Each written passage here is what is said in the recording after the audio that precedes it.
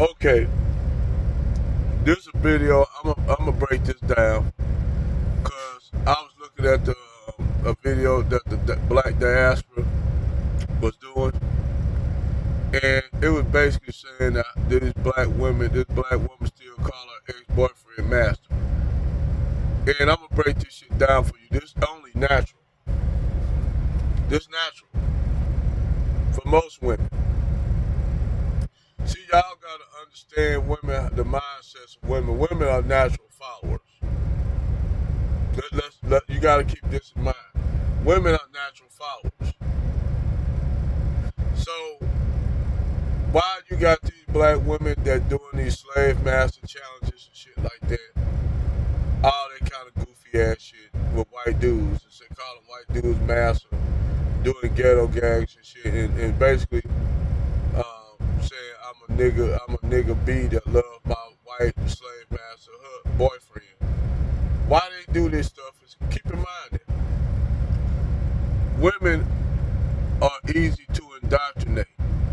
Females are indeed easy to indoctrinate. First of all, I'm gonna break something down. It's easier. Say like, let's take horses. You dig? Let's take horses. Which one easier to break, the male stallion or the female mare? The mare.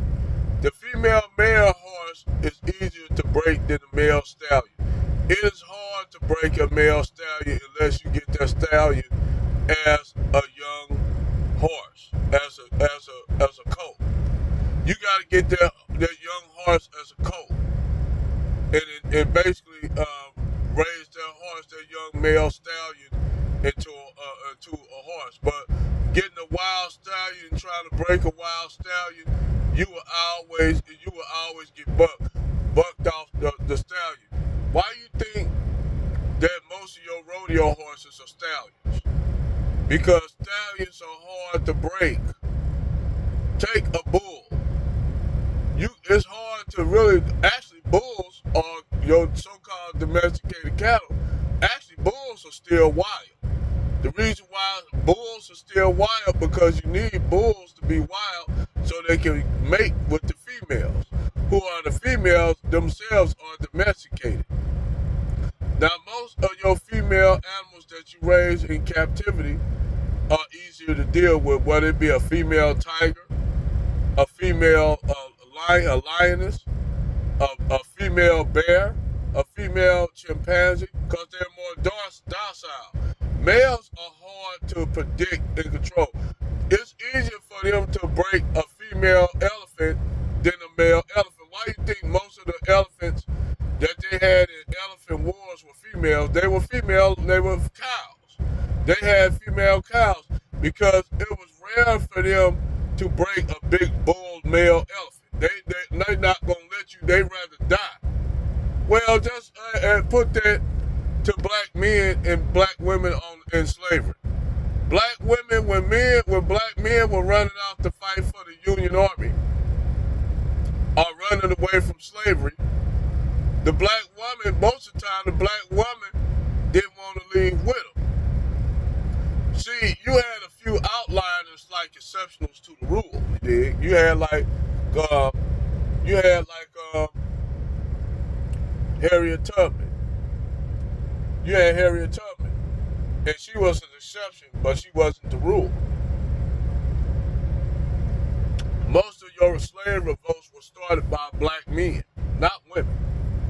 Most of the time, the women always would go and run and tell slave master if a revolt was happening, and a lot of times those slave master women who have biracial children would use their biracial children or their children to go down there and spy on the men to make sure the men ain't having a revolt.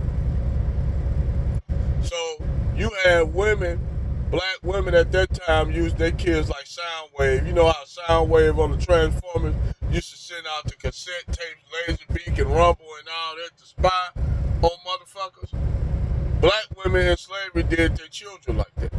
So black women stayed on the plantation even after slavery was over. Majority of the people that stayed on the the plantation after slavery were women and elderly black slave men who couldn't go nowhere. Them are the only people that remained on the slave master, and that slave woman ran the plantation. That black slave woman ran the plantation. That's why a lot of them white slavers married their black slave women, because their black slave women knew how to talk to those people and work with those people and keep an eye on the troublesome niggas that was on the plantation that was inciting uprisings that they didn't want. So black women were a big part indoctrinated into white supremacy. That's why it's easy for black women to get with a brand and marry a brand and be called a nigga bitch and slave bitch and get with neo-Nazis and white supremacy. This is psychology that I understand now, and I truly understand now. At first I didn't. I'm like, why would you want to get with your man, a group of men that enslaved and brutalized your people? And once I started analyzing the psychological ramifications of the black female, then her relationship to white men, I'm like, oh, okay. Oh. So I already now know the psychological ramifications of black women. How black women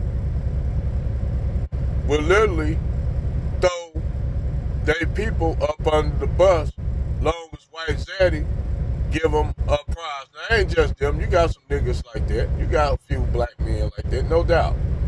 I ain't saying you don't.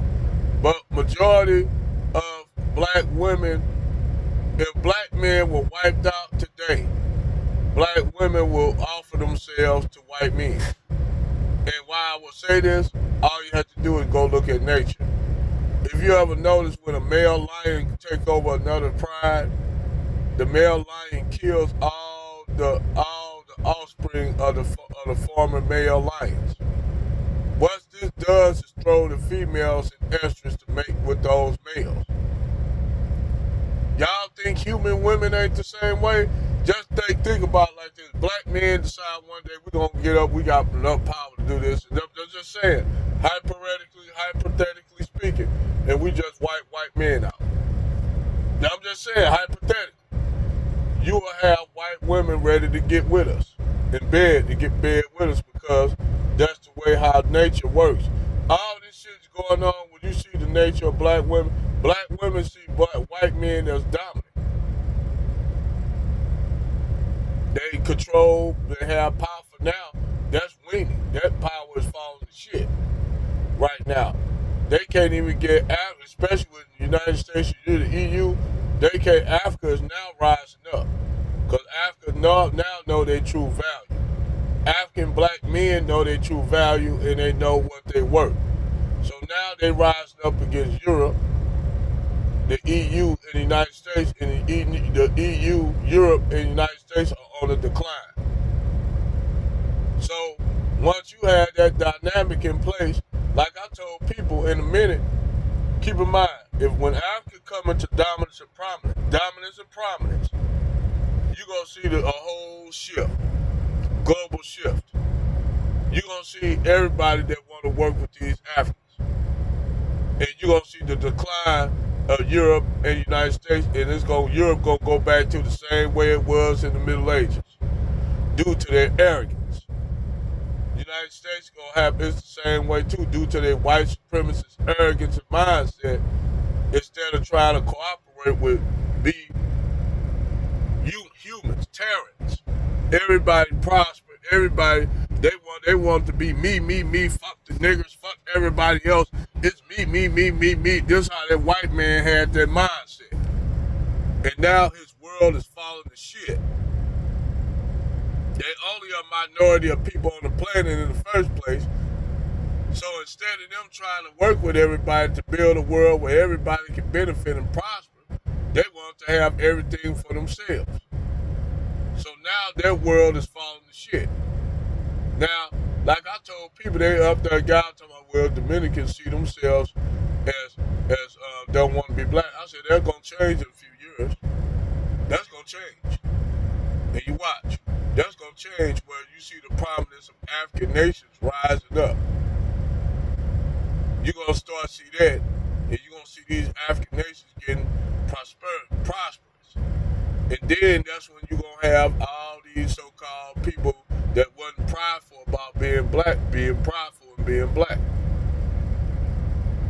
But what y'all think about my video, man? Hey, like, sub, and subscribe. Over and out.